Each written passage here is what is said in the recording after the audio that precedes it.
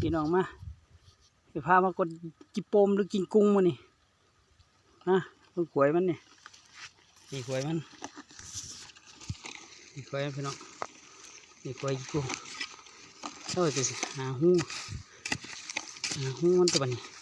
นี่ไงดูมันพี่น้องนี่ไงวนไปเรื่อย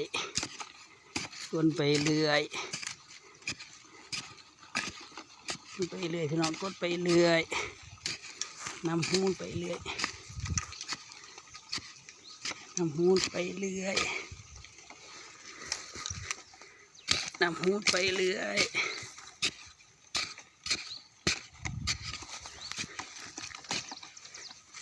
โอ้ยกดมือเดียวลำบากพี่น้องเลยกดไปเรื่อย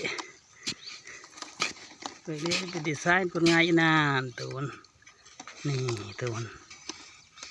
กินกุ้งเปิดประตูกินกุ้งนี่ตัวกินกุ้งได้แล้ว1 ตัวพี่น้องเลยกดมาหลายแล้วได้หลายตัวแล้วมาใส่ขวดได้หลายแล้วพี่น้องเลยได้10 กว่าตัวแล้วเดี๋ยวก็กินกุ้งก้นไปขวด